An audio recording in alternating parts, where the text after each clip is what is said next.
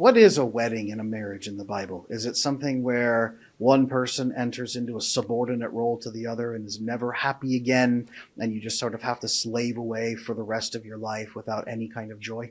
Yeah, well, I can't imagine why anybody would think that that's what a marriage is. And if that was, why would anybody want to do that? I hear that. The reason I asked that in particular is because a lot of the people that come to me, and I was a psychotherapist for many years, they came to me and said, if this is all marriage is, I don't want it, I'm out. Why would God lead me to this? Why am I suffering? Why is there no happiness and no joy in this? It's just misery. And they didn't even have to have a bad spouse. It just often felt so disconnected to them. There was so much responsibility, and it felt like they had to give up themselves to be in a marriage. And a lot of them, unfortunately, they might go to a pastor who's maybe not correctly equipped to be able to explain what marriage is. And they say, just give in more, surrender more, give up more. And people hear that messaging, and maybe it's not coming across correctly. And so they just imagine that marriage is this endless service where one of you is less than the other. Hmm. So enlighten us why that's not the case. Well, first of all, that is definitely not the case, even from Scripture. This image, of course, people take it from Ephesians 5, and Father Josiah Trenham, who was at the marriage conference, has been making a lot of points about this. Very importantly, is that people always focus on the idea that it says that the wife should submit to her husband, as we submit to Christ, but then people forget the other part, which is that it says that the man should die, should sacrifice everything, should completely empty himself, and want to do everything to present his wife as pure and blameless, in front of the throne of God. And so, actually, the things that are required of the man are far greater in some ways than what is required of the woman, and that is how we kind of have to understand the relationship. The image of the way that we kind of understand hierarchy, you could say, is often tainted by a kind of materialism or a kind of paganism. We have this idea that hierarchy is only power, right? So that if someone has a role that is a leader role and someone has a role that is more of a kind of in the team or is subservient to the other, we always kind of just imagine it as the person that is in the leadership role is controlling, is imposing, is a tyrant, and is trying to kind of rule over that which is below them.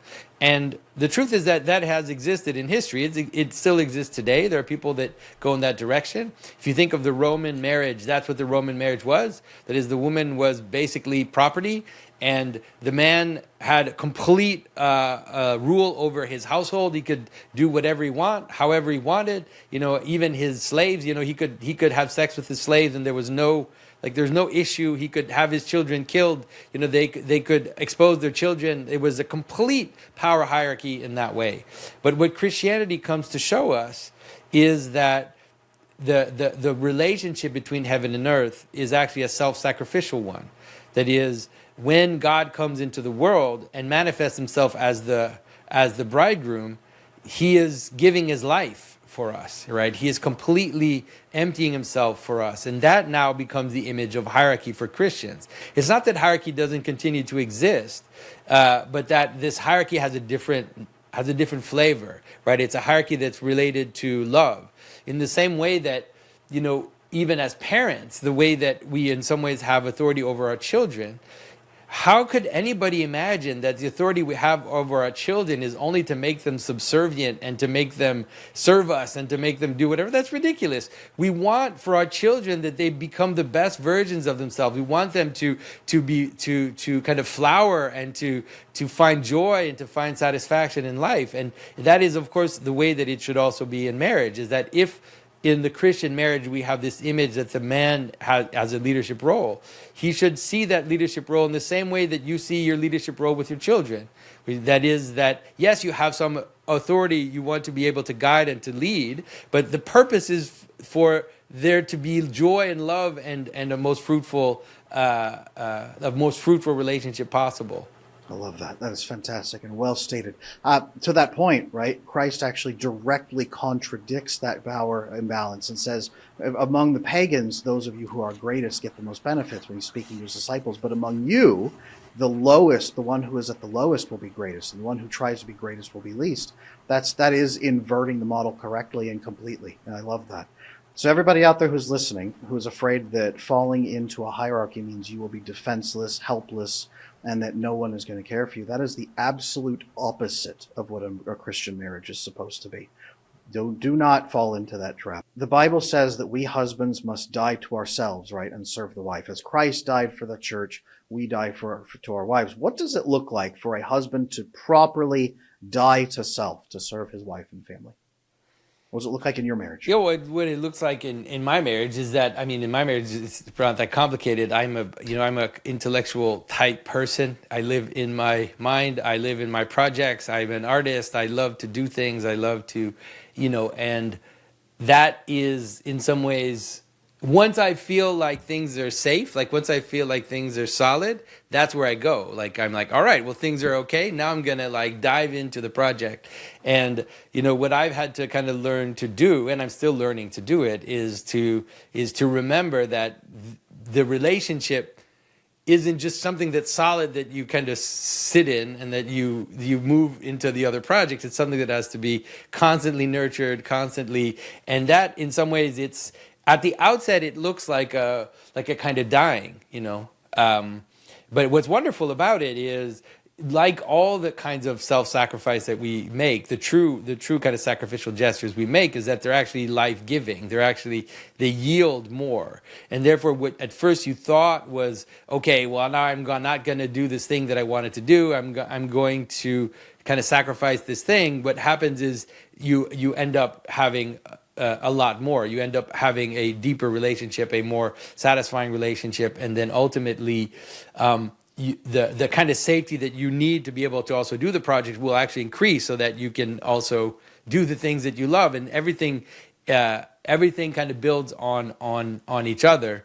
One of the things that I've seen, that I've done in my own marriage is the opposite, is to say, okay, I'm sick of this, like these conflicts like between us, like they're hampering me, like they're stopping me. Then I'm like, you know what, I'm just going to put this on pause actually, and I'm going to go and do the thing that I need to do, right? Whether it's my job, whether it's like these projects.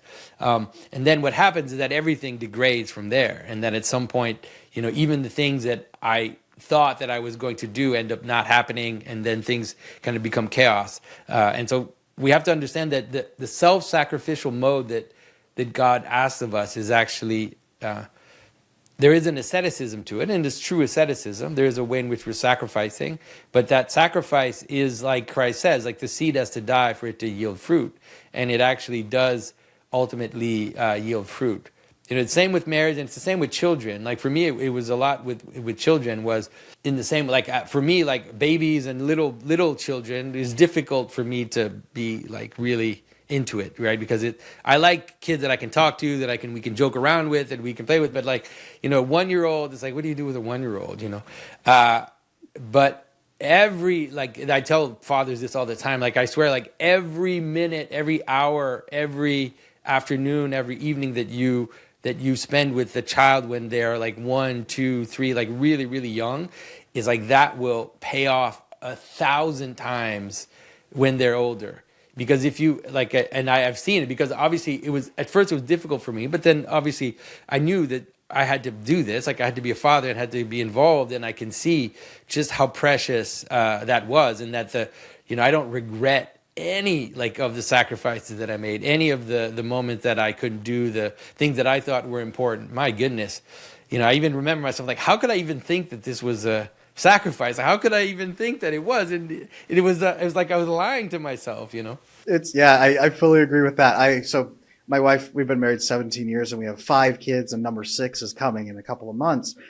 So when I coach couples, a lot of times the husband will tell me like, I don't have time to sit with my wife. I don't have time to talk with her about feelings. I don't have time in the day. And I say, listen, I understand. I work about 12 to 14 hours a day. I work 6, sometimes 7 days a week. Right now we're in a phase of work that just demands that of us. I understand that it feels like you don't have time. I understand that kids take a lot out of you. I understand your wife needs a lot. Let me tell you about my schedule. So I usually tell them, working from 6:30 in the morning until 8:30 at night, good 14 hours, maybe a lunch break here or there sometimes. But what do I do when my time is done? Well, I walk upstairs. It's 8:30.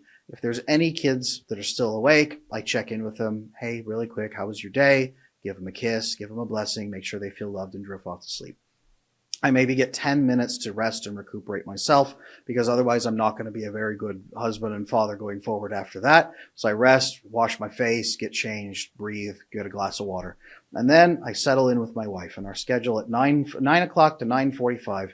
My whole team knows everyone is dead to me at that point except my wife. My phone goes away. I sit with her for 45 minutes every single night. I hold her hand. I ask her about her day. I listen to what she has to say, and she talks and unloads and chatters and loves to share, and I listen. Now, I've listened to people talk about their feelings all day long. Is it the joyful thing for me to do it again? Not always. It is good, though, for me to know that I'm investing time with her and she's feeling loved and cared for. That's part of dying to self, is just denying yourself. Oh, man, I need a beer. I'm going to relax. I'm going to watch some action flicks. Who cares about my wife's feelings? I don't have time for that.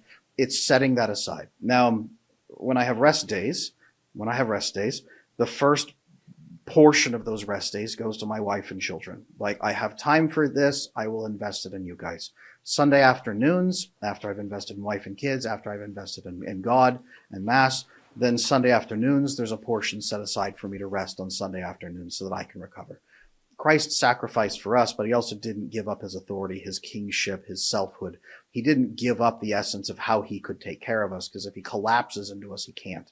But that's the answer I have pulled from this, is denial of self, releasing of pleasure, prioritizing their well-being, just like you said beautifully, knowing that someday it will bear so much life and so much fruit.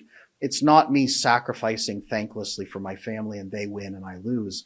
It's me winning in the long run with them. In the short term, it feels like I need to lose, but I'm investing in my family.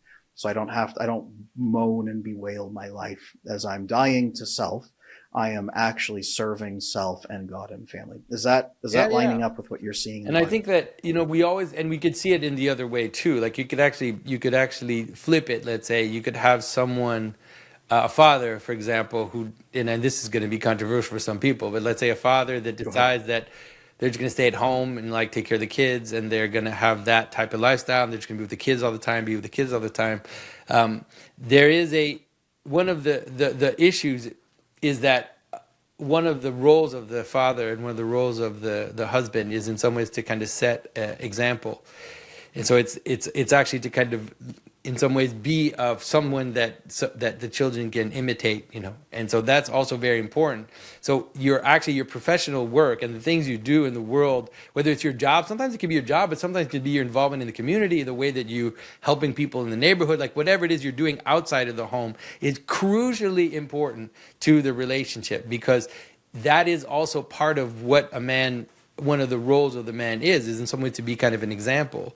So we also have to be careful not to think that men should completely put aside their professional aspirations and their desire to kind of go out on an adventure and conquer these different problems and do the things that we love to do, because we are also setting examples for our children for something to imitate and something to follow. And so I think that it's important to find the balance between the two. And it's the same even with your wife too.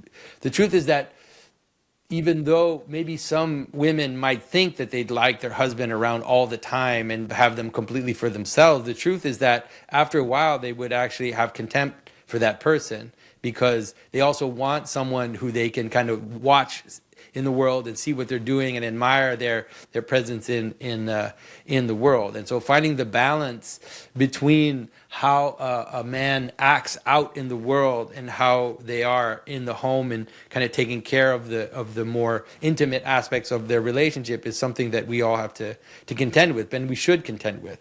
And like you said, we shouldn't fall into the trap of believing that this self-sacrifice is in some ways like you should completely become a stay-at-home dad and just be with your kids, or the opposite, which is, oh no, I'm doing these things and I want to care for my family, but then never spend time with them. That's also not great. That's also not great. I hear you. And there's seasons where we have to work extensively. There's seasons where we rest, right? There's times and places to take those tasks, but you have to balance them. And I love that. Dying to self cannot mean collapsing into the other person, or you are not fulfilling your other jobs. Part of serving your family actually is growing as a man and being that model. I love that so much.